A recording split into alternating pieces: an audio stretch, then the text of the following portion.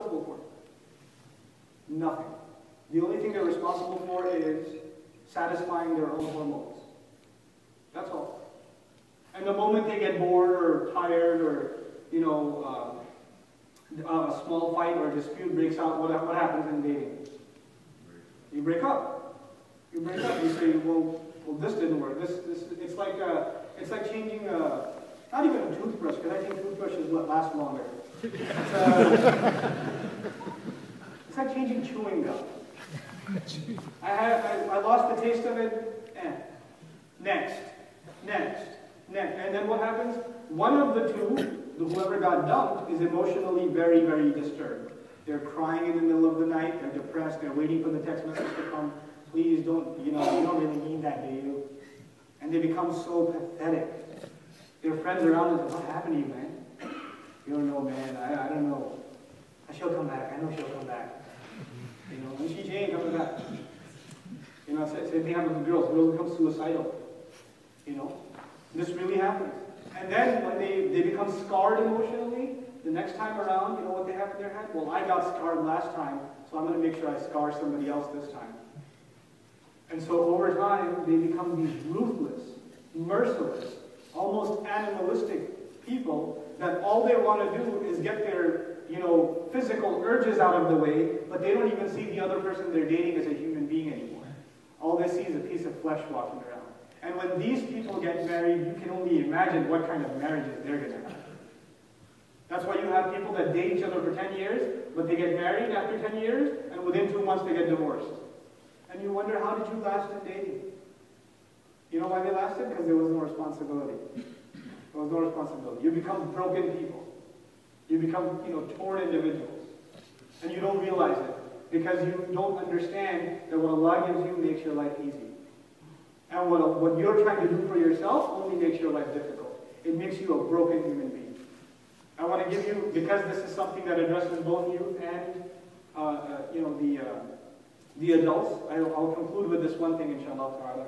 There are two things actually. Is it okay if I do 2 things? 10 more minutes? Is that okay with you? Okay, so here's one. This is kind of a hard one to talk about, but it has to be talked about. We don't really have a choice.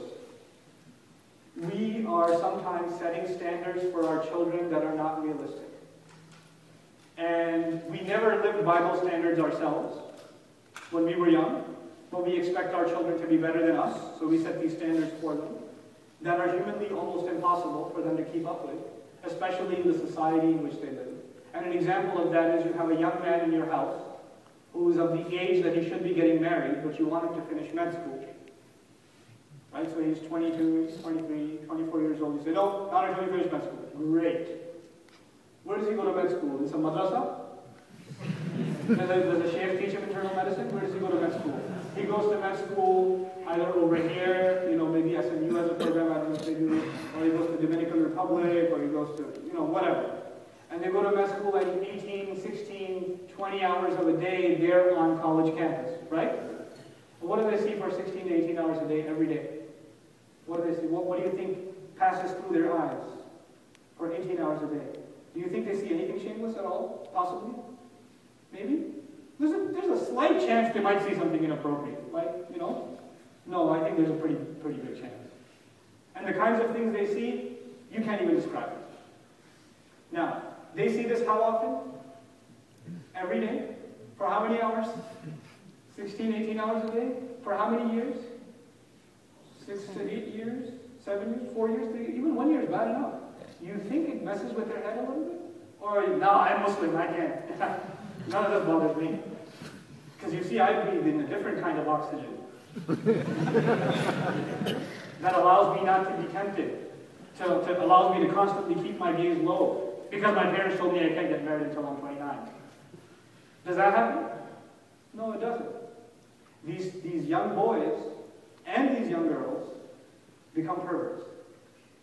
They become engulfed in themselves. They become addicted to filth on the internet. They start doing these things, hiding from their family, because if the family knew, they'd kill them, but they don't know what to do with their emotions. They're of the age to get married. But you say, not until he's a certain age. And when they are at a certain age, and they do get married, do you think the addiction they've developed over the last 6, 7 years is going to disappear overnight?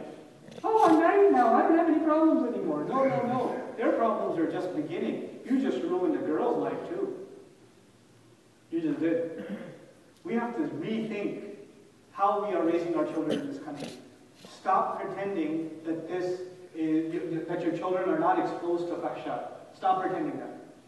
Accept reality around you and then work with it. I'm not saying the moment your child turns 14, get them married. I'm not saying that either.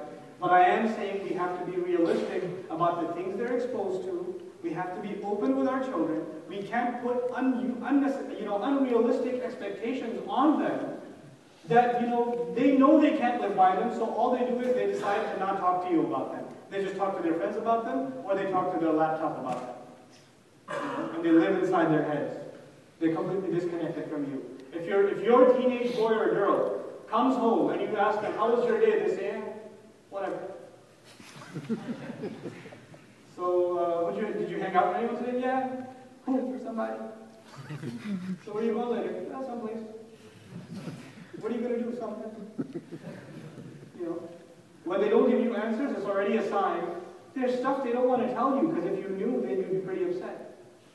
You'd be pretty upset. And you close that door for them of communication. So I'm sincerely giving advice to myself as a parent. I have a 7-year-old now, and I'm terrified. I really am. Because I got 6 years left before she, goes psycho. Teenagers scare me. They scare me. So I'm scared for myself as a parent, and I'm scared for all of you as parents. And at the same time, I'm telling the youth, guys, we have to put responsibility on the parents, but you guys are adults. You're not kids. You're not kids. Act your age. And know you have to stand before Allah, and you're not going to be able to tell Allah, come on, I was in junior high. It was a silly time. You're not going to be able to do that. So that's one thing I wanted to share with you. The final thing I wanted to share with you is on a completely different note. On a completely different note. And it has to do with the news. I think you guys have been watching the news, keeping up with the wonderful things that are happening to Muslims all over the country, and the expansion of Islamic centers and key locations. I want to share this one ayah with you about what Allah wants. And I just want you to think about it. I won't talk about it much. I just want you to ponder over what Allah says. This ayah belongs to Surah Al-Imran. Surah Al-Imran